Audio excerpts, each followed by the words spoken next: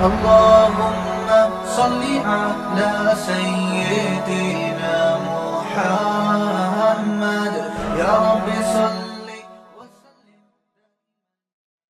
بسم اللہ الرحمن الرحیم نحمدہ ونصلی علی رسولہ الکریم. سورہ حجرات کا رکوع نمبر 2 اور 26ویں پارے کا رکوع نمبر 14 آج انشاءاللہ میں شروع کروں گا. بہت اہم رکوع ہے یہ. اسفار کی وجہ سے تفسیر کے لیکچرز کے کچھ ناغے ہو جاتے ہیں. میں کوشش تو پوری کرتا ہوں کہ ناغہ نہ ہو.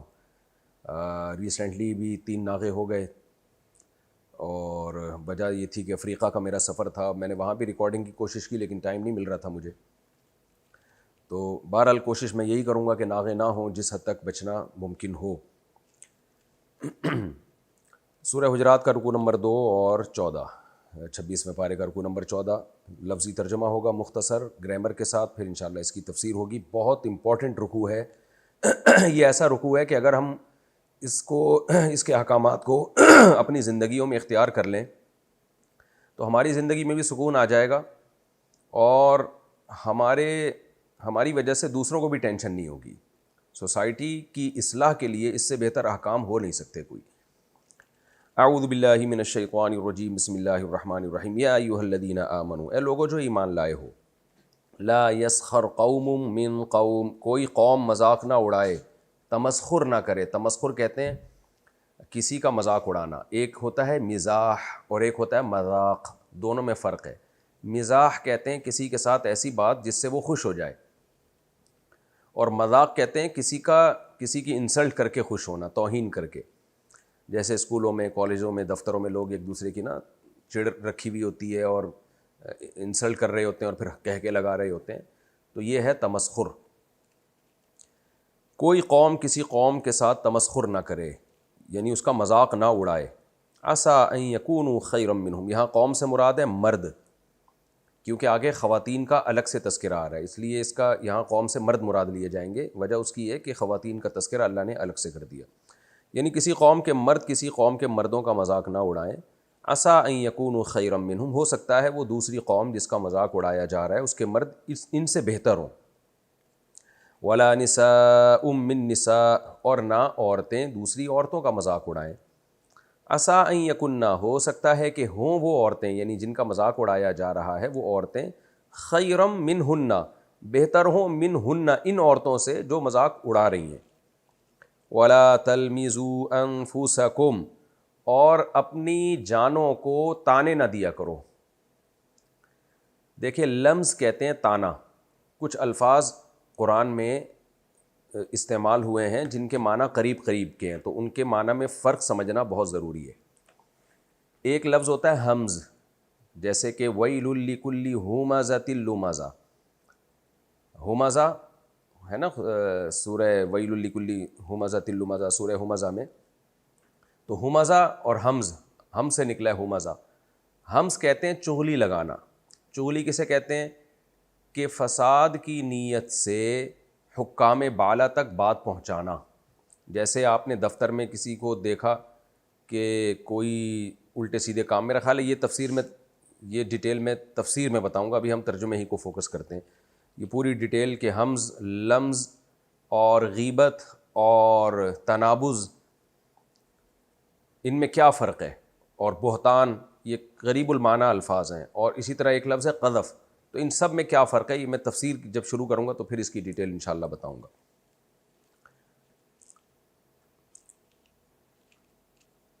فرمایا کہ ولا تلمزوا انفسکم, اور اپنی جانوں کو تانے مت دیا کرو. اپنی جانوں سے مراد ہے ایک دوسرے کی جانوں کو. نفس کہتے ہیں جان کو, تمہاری جان. تو اللہ تعالیٰ ایسے احکام جب دیتے ہیں نا تو دوسرے مسلمان کی جان کو بھی اپنی ہی جان قرار دیتے ہیں. جیسے قرآن میں آتا ہے لا تقتلوا انفسکم, اپنی جانوں کو قتل مت کرو. تو مراد یہی ہے کہ دوسرے انسانوں کو قتل مت کرو, کیونکہ وہ بھی تمہاری ہی جان ہے, یعنی انسانیت کے ناطے سے تم سب ایک ہی ہو. تو یہ ترغیب کے لیے ایسے الفاظ استعمال کیے جاتے ہیں کہ اپنی جانوں کو تانے مت دیا کرو. مراد یہ ہے کہ دوسروں کو تانے مت دیا کرو. ولا تنابزوا بالالقاب, اور برے ناموں سے ایک دوسرے کو پکارا مت کرو. نبز اصل میں کہتے ہیں پکارنا برے لقب کے ساتھ, کسی کو برے نام یا بری صفت کے ساتھ پکارنا, نبز. اور باب تفاعل میں جب یہ جائے گا تنابز, تو اس میں اشتراک پیدا ہو جائے گا کہ ایک دوسرے کو سب ایسے نہ پکارو. تو لا تنابزوا کا مطلب ہی یہی ہے کہ برے ناموں کے ساتھ یا بری صفات کے ساتھ ایک دوسرے کو مت پکارو. آگے اللہ نے بالالقاب کا الگ سے تذکرہ کر دیا. اس کو صنعت تجرید کہتے ہیں. لقب بھی کوئی بھی ہم جب کسی کو نام دے دیتے ہیں نا, کہتے ہیں نا فلاں کا یہ لقب ہے, فلاں بڑے عبادت گزار تھے تو ان کا لقب تھا زین العابدین, عابدین کی عبادت کرنے والوں کی زینت. علامہ اقبال کا لقب تھا علامہ اقبال. لیاقت علی خان کا لقب تھا جی قائد ملت. محمد علی جناح کا لقب تھا قائد اعظم. تو لقب کے معنی کو ایکسپلین کرنے کے لیے آج بھی ہم مختلف لوگوں کو مختلف لقب دے رہے ہوتے ہیں. تو قرآن کے الفاظ اب دیکھیں, وَلَا تَنَابَزُوا بِالْأَلْقَابِ, ایک دوسرے کو برے ناموں سے برے لقب کے ساتھ مت پکارا کرو. یہ ہے صنعت تجرید. تجرید کا مطلب پہلے میں بتا چکا ہوں.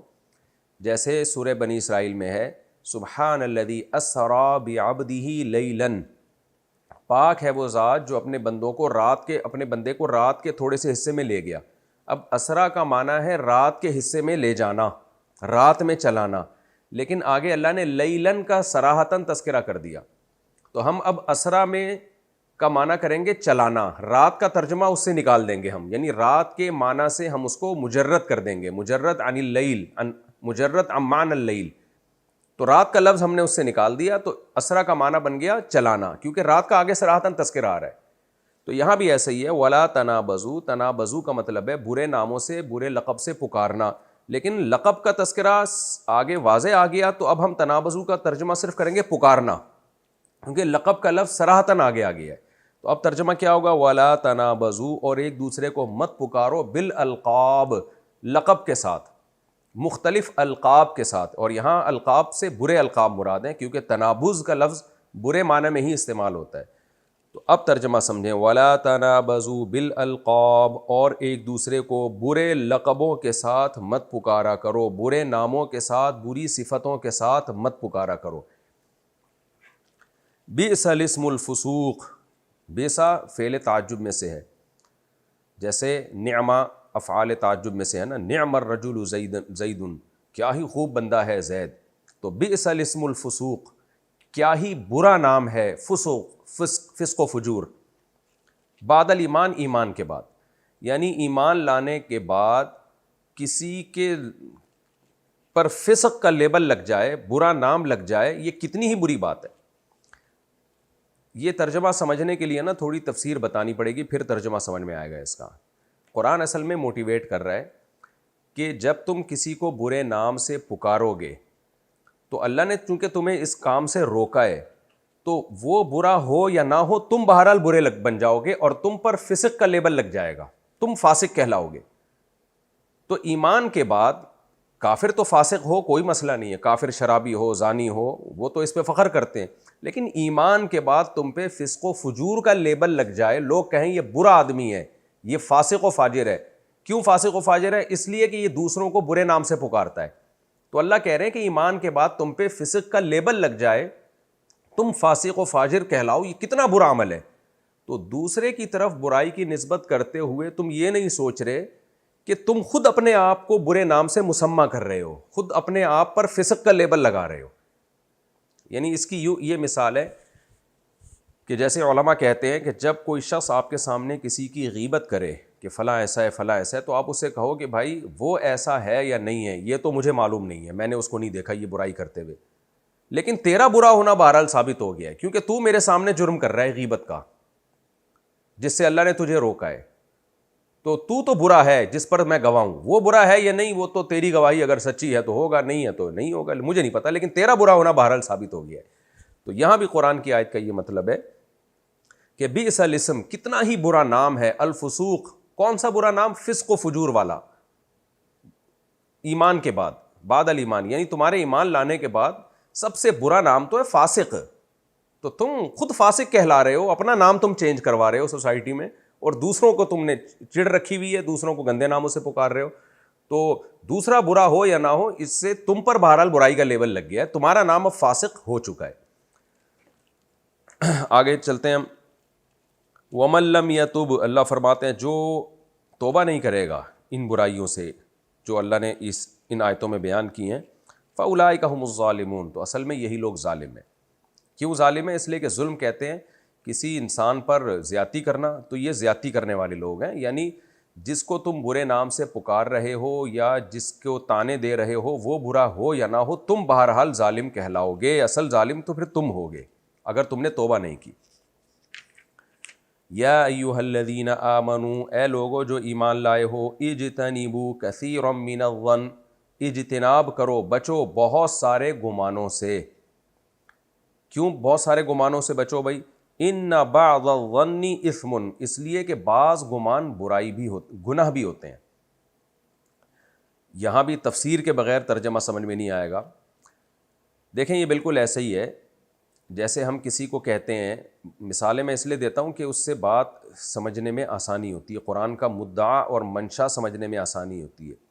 قرآن نے بھی تو جگہ جگہ بات سمجھانے کے لیے مثالیں دی ہیں نا۔ یہ ہم ایسے ہی ہے جیسے کوئی شخص بہت زیادہ باتیں کرتا ہو تو ہم اس سے کہتے ہیں بہت زیادہ باتوں سے بچو، اس لیے کہ بعض باتیں گناہ ہوتی ہیں۔ جب انسان بہت زیادہ باتیں کرتا ہے نا تو اس میں گناہ والی باتیں بھی آئی جاتی ہیں۔ جو زیادہ بولتے ہیں تو اکثر غیبت بھی وہی کرتے ہیں، بہتان بھی وہی لگا رہے ہوتے ہیں، بدگمانیاں بھی وہی پھیلا رہے ہوتے ہیں، چغلیاں بھی وہی کر رہے ہوتے ہیں۔ جو خاموش مزاج ہوتے ہیں وہ ان برائیوں سے بھی بچے ہوئے ہوتے ہیں۔ تو یہاں بھی یہی مطلب ہے کہ بہت سارے گمانوں سے بچو، یعنی گمان کی 3 قسمیں ہیں۔ ایک قسم تو واجب ہے۔ واجب قسم کا کیا مطلب ہے؟ اللہ کے سے اچھا گمان رکھنا، یہ شرعاً ہم پر لازم ہے۔ اور قیاس کرنا مجتہد کا، شریعت کا حکم ہمیں معلوم نہیں ہے تو اجتہاد کر کے فیصلہ کرنا کہ یہ حلال ہے حرام، یہ بھی گمان ہے جو مجتہد پر واجب ہے تاکہ شریعت کا فیصلہ کر سکے۔ کچھ احکام قرآن میں یقینی ہیں، 2 اور 2 4 کی طرح، کچھ یقینی نہیں ہے، اجتہاد کرنا پڑتا ہے۔ یہی وجہ ہے کہ پھر مجتہدین کی رائے میں اختلاف بھی ہوتا ہے کیونکہ وہ یقینی احکام نہیں ہوتے، تو وہاں بھی گمان رکھنا لازم ہے، مجتہد پر اجتہاد کرنا واجب ہے۔ تو یہ تو وہ گمان ہے جو لازم کے درجے میں ہے۔ کچھ گمان ایسے ہوتے ہیں جو جائز ہوتے ہیں، لازم نہیں ہے۔ مثال کے طور پر آپ نے کسی سے کوئی لین دین کا معاملہ کرنا ہے تو آپ صرف احتیاط کی بیس پہ معاملہ ترک کر دیتے ہو، یہ سوچ کے شاید کہیں یہ چور نہ ہو، ایسا نہ ہو کہ کہیں یہ برا نہ ہو۔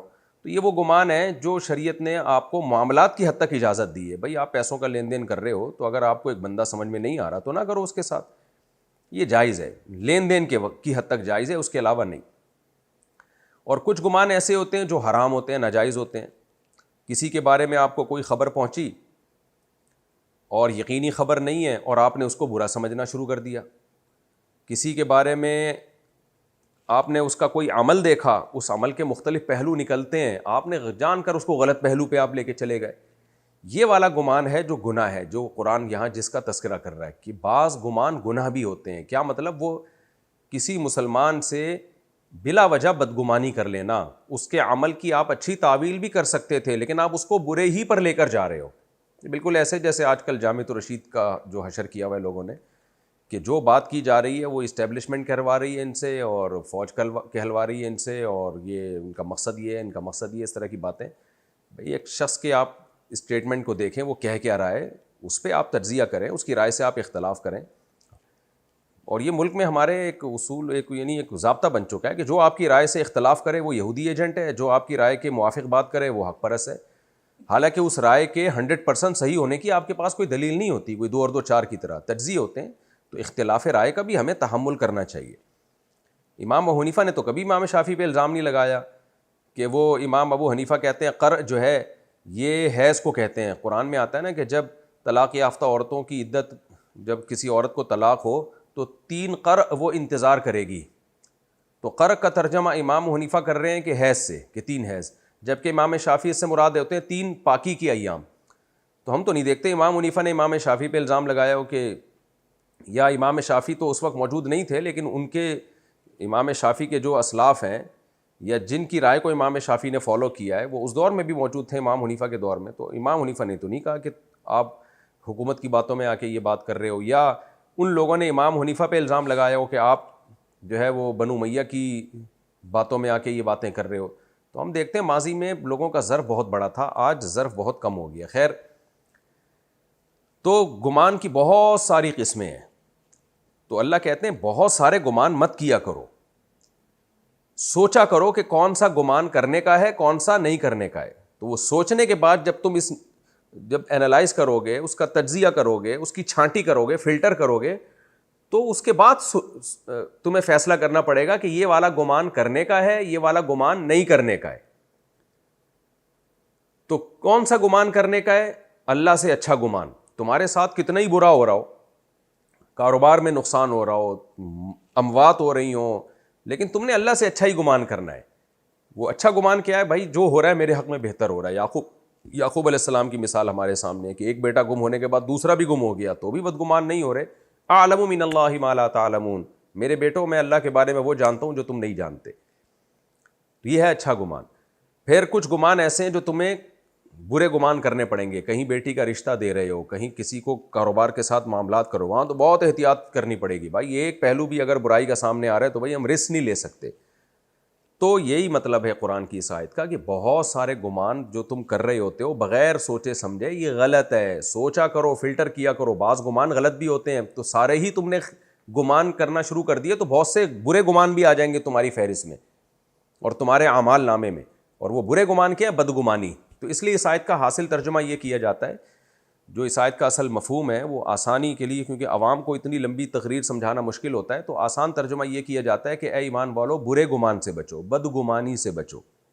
میں اکثر اس موقع پر تبلیغ والوں کا قصہ سناتا ہوں نا, کیونکہ وہی بات ہے, واقعات سے آیات بہت اچھی طرح سمجھ میں آتی ہیں. کہ ہم گشت کے لیے گئے, بہت پرانا واقعہ ہے, گشت کے لیے گئے تو ایک صاحب ہمارے سامنے گھر کے اندر داخل ہوئے. تبلیغ والوں نے, ہمارے امیر صاحب نے, جو بھی متکلم تھے, انہوں نے دروازہ بجایا تو بچہ آیا. بچے سے پوچھا آپ کے والد صاحب کہاں ہیں؟ انہوں نے کہا وہ گھر پہ نہیں ہیں, حالانکہ ہمارے سامنے ہی گھسے تھے, گھر کے اندر داخل ہوئے تھے. تو امیر صاحب نے ہمیں بتایا کہ بھئی دیکھو, بدگمانی سے بچنے کا اللہ نے حکم دیا ہے, تو عین ممکن ہے وہ آئے ہوں اور فوراً پچھلی والی گلی, جو دوسری گلی ہوتی ہے, چھوٹا گیٹ ہوتا ہے, اس سے نکل کے چلے گئے, کیونکہ پیچھے بھی ایک گلی تھی اس گھر میں.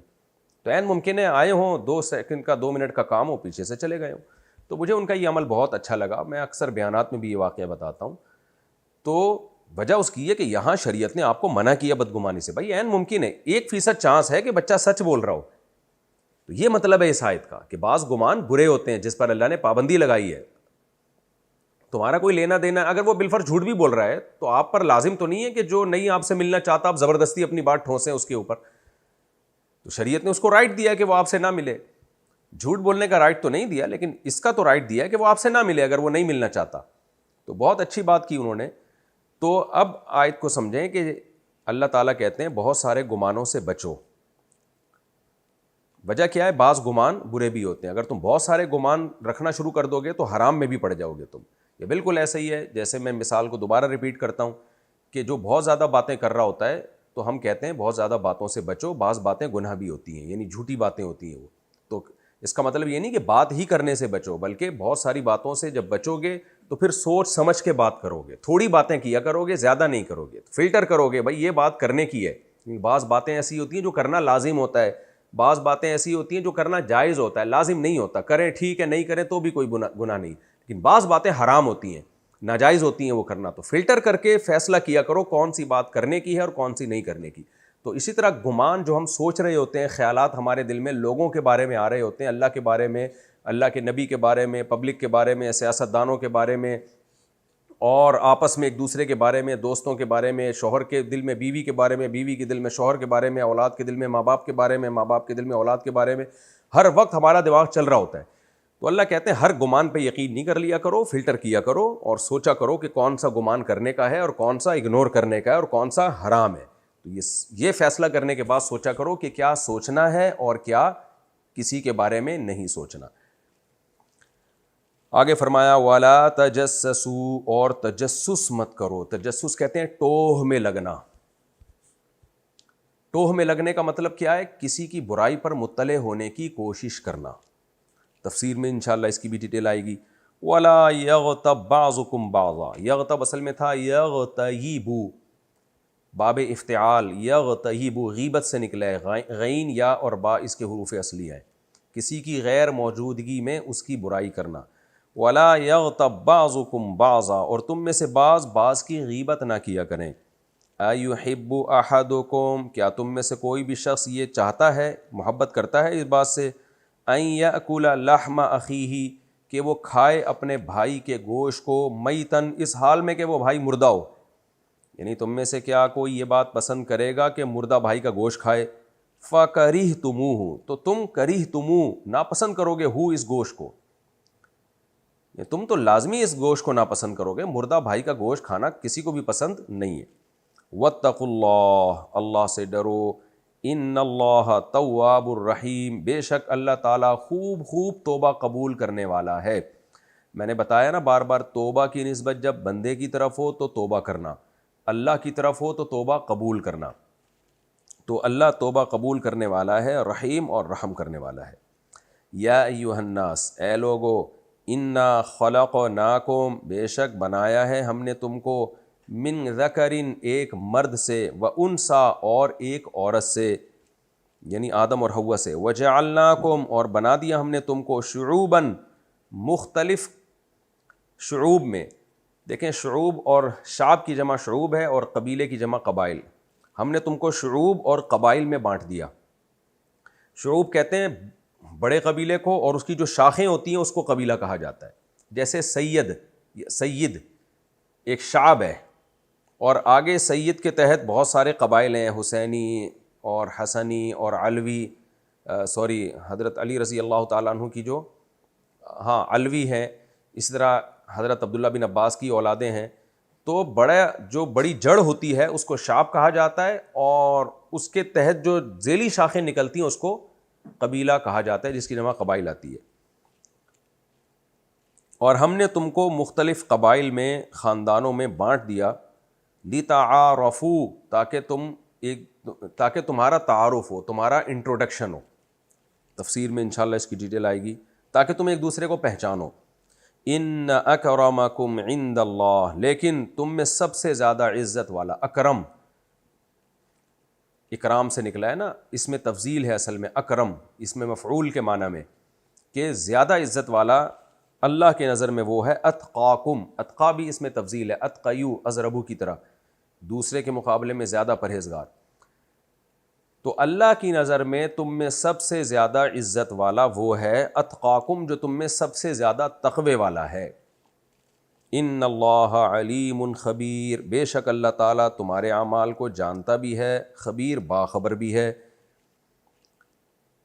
قالت الاعراب آمنا، اعراب دیہاتی کو کہتے ہیں، خاص دیہاتی مراد ہیں اس سے، بنو اسد، دیہاتی لوگ کہتے ہیں آمنا، ہم ایمان لے آئے۔ الف لام جو ہے نا عہد کا ہے، عہد کا مطلب مخصوص دیہاتی، جو نبی کے پاس آئے تھے، تفسیر میں انشاءاللہ اس کی ڈیٹیل بتاؤں گا۔ آمنا، کہ ہم ایمان لے آئے، قل، کہہ دیجئے، لم تؤمنوا، تم ایمان نہیں لے کر آئے ہو، ولکن قولوا، ہاں تم یوں کہا کرو، اسلمنا، کہ ہم فرما بردار ہو گئے ہیں، یعنی ظاہری طور پر ہم نے اپنے آپ کو اسلام کے حوالے کر دیا ہے۔ اسلام کا معنی میں بار بار یہ بھی بتا چکا ہوں، ایمان اور اسلام ایک ٹرمینالوجی کے لحاظ سے، ایک ٹرم کے لحاظ سے ایک ہی چیز کے دو نام ہیں۔ مومن ہی مسلم ہوتا ہے، مسلم ہی مومن ہوتا ہے، تبھی ہم کہتے ہیں یہ اسلام لے آیا، یعنی جو کافر کلمہ پڑھ کے مسلمان ہو جائے، مومن بن جائے، تو ہم اس کو کہتے ہیں یہ اسلام لے آیا ہے۔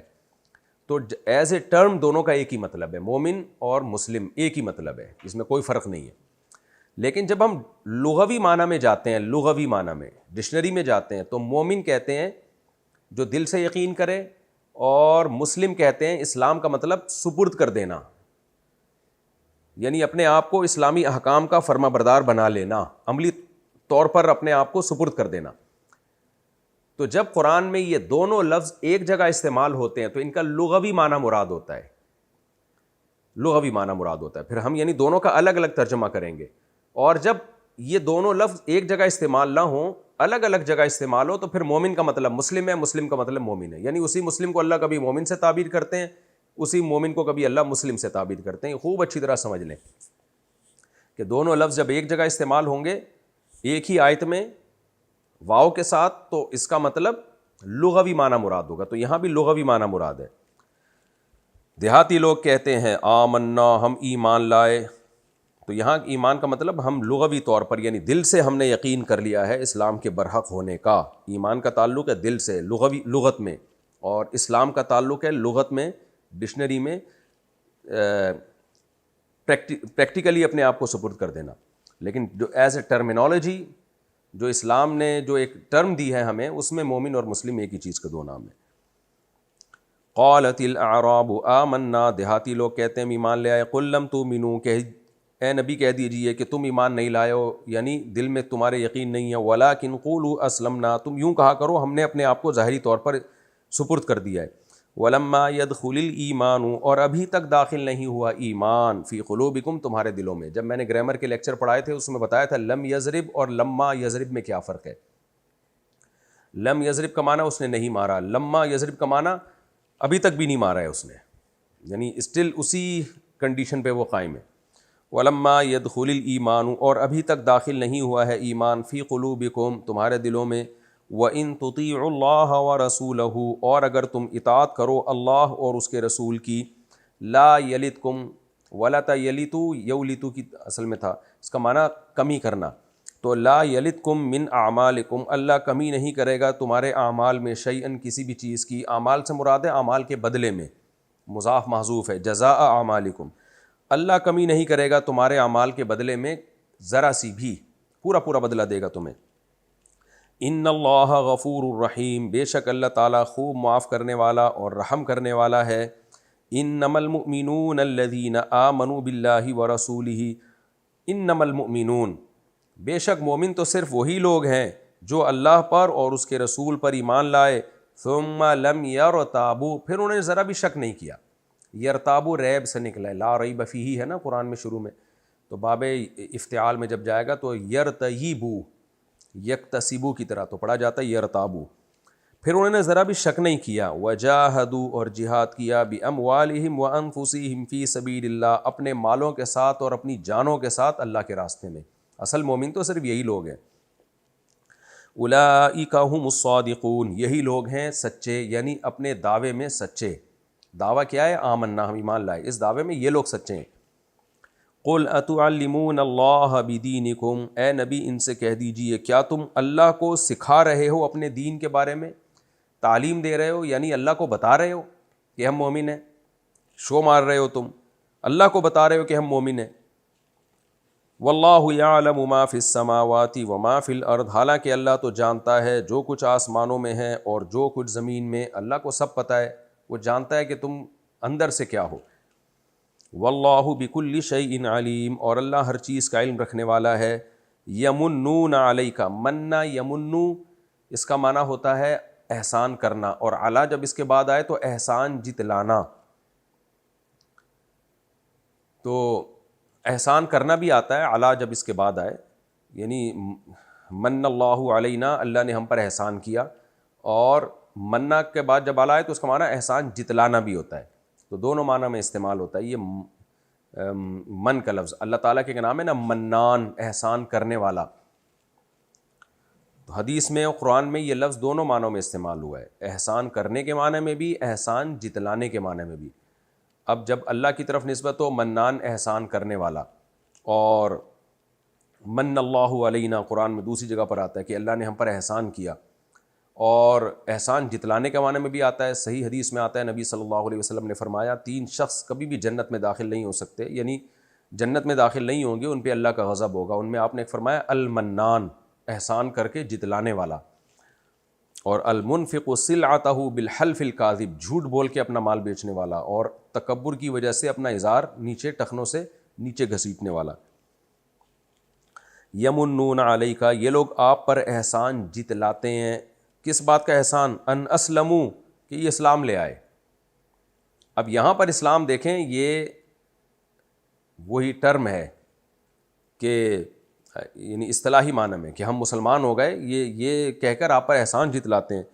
قل لا تمنوا علی اسلامکم، اے نبی ان سے کہہ دیجئے مت جتلاؤ مجھ پر اسلامکم، اپنے اسلام کو، بل اللہ یمن علیکم، بلکہ اللہ نے احسان کیا ہے تمہارے اوپر۔ اب دیکھیں یہاں پر یمن علیکم میں احسان جتلانا نہیں ہے بلکہ احسان کرنا ہے۔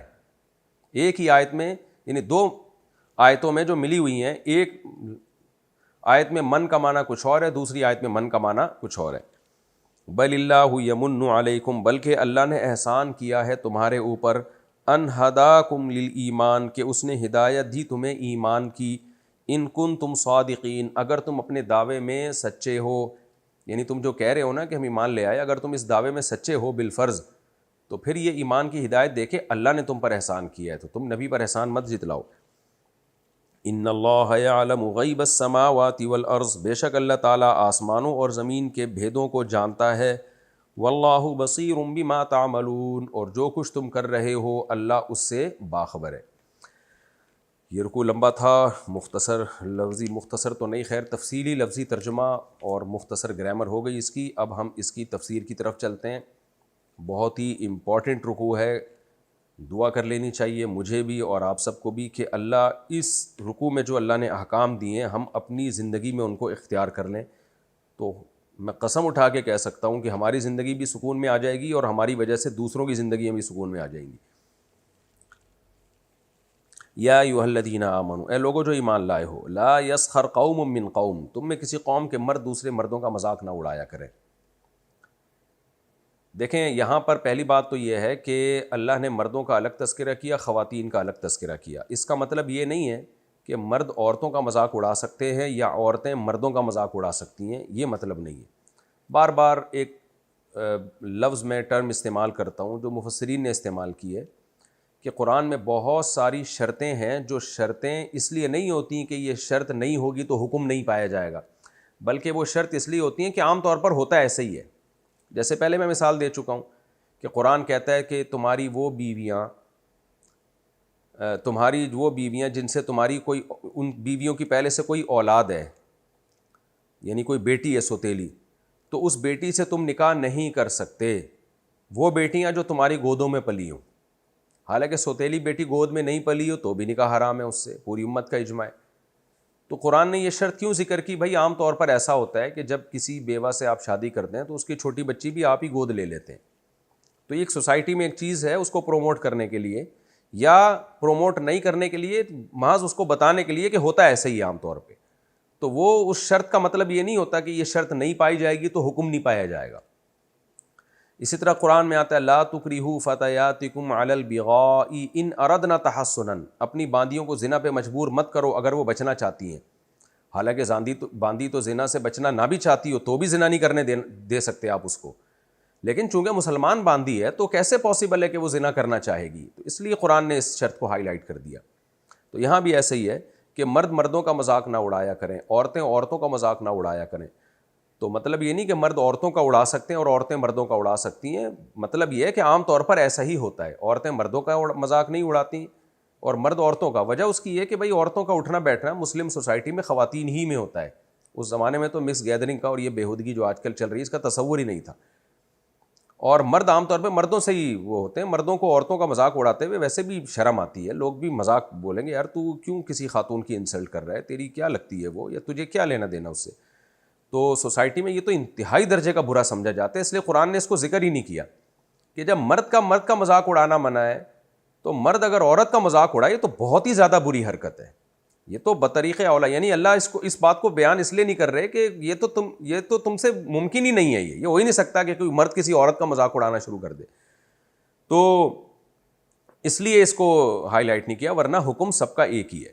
نہ مرد کو عورت کا مذاق اڑانے کی اجازت، نہ عورتوں کو مردوں کا مذاق اڑانے کی اجازت. تو پہلی بات تو یہ ثابت ہوئی. دوسری بات یہ کہ لا یسخر قوم من قوم میں اللہ نے قوم کا تذکرہ کیا، اس میں بہت سارے احکام آ گئے.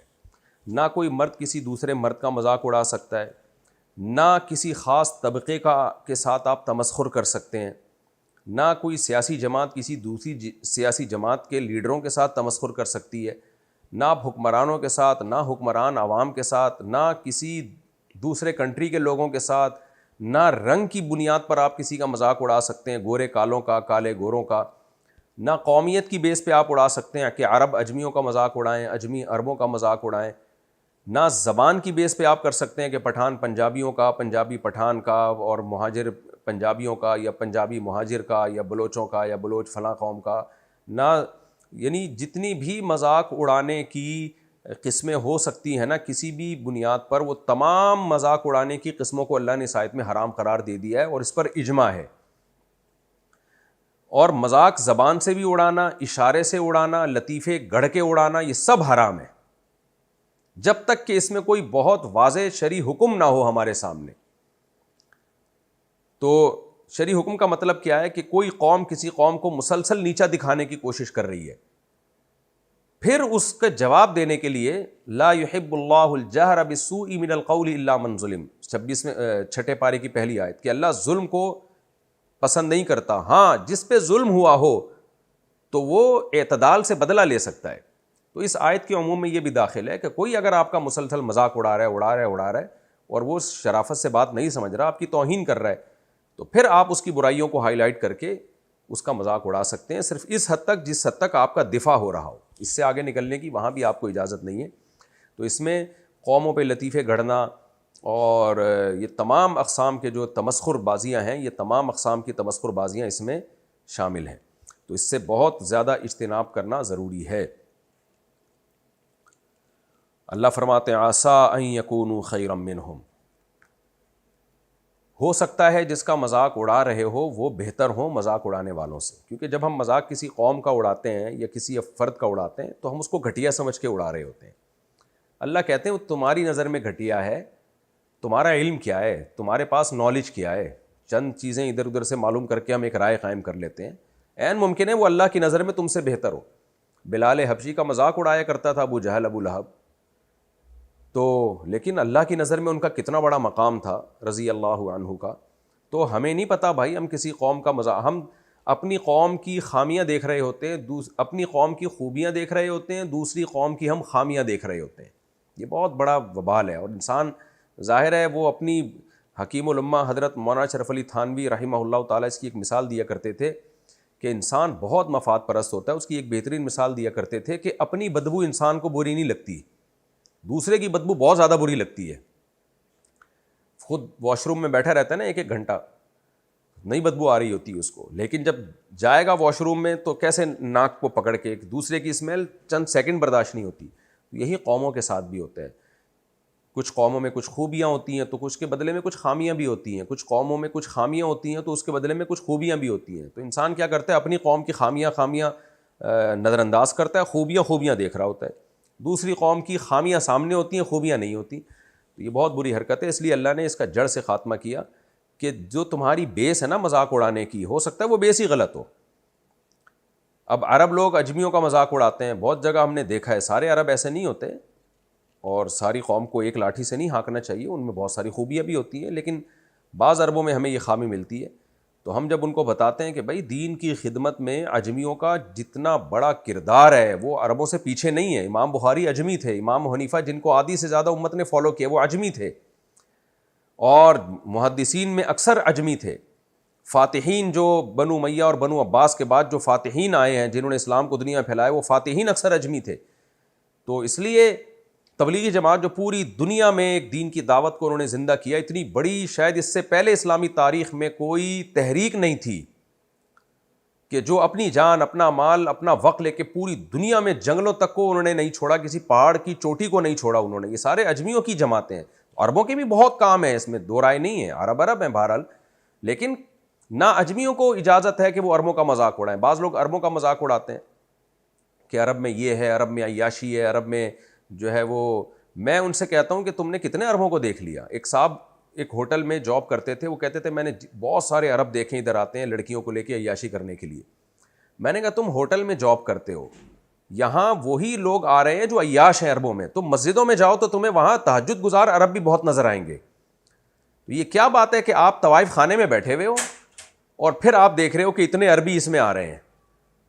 تو ظاہر ہے یہاں تو سارے وہی آئیں گے نا جو عیاشی کرنے کے لیے آتے ہیں۔ شراب خانے میں آپ عربیوں کی تعداد گن رہے ہو بیٹھ کے کہ اس میں اتنے عربی آ رہے ہیں، بھائی مسجدوں میں جاؤ گے تو وہاں بھی تمہیں بہت سارے عربی ملیں گے، تہجد میں رونے والے، قرآن پڑھ کے رونے والے۔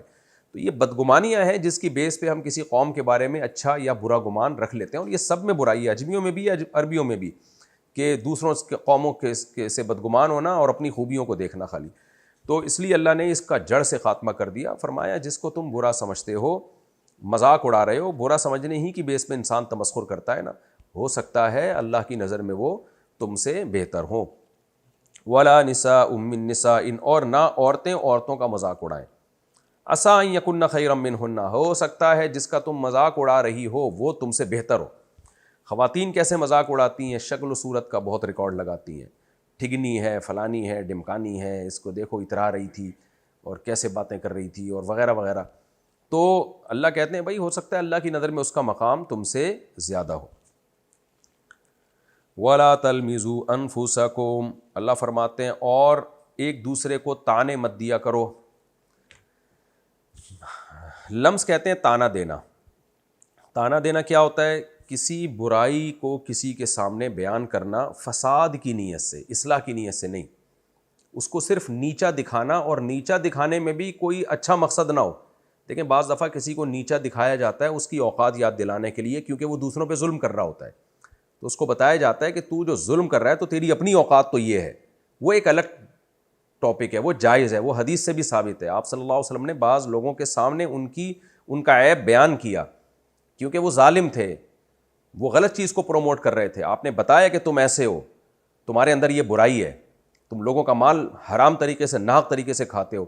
اس میں سامنے والے کی توہین مقصد تھی، مگر توہین برائے توہین نہیں، بلکہ توہین سے یہ مقصد تھا کہ وہ ظلم کرنا چھوڑ دے.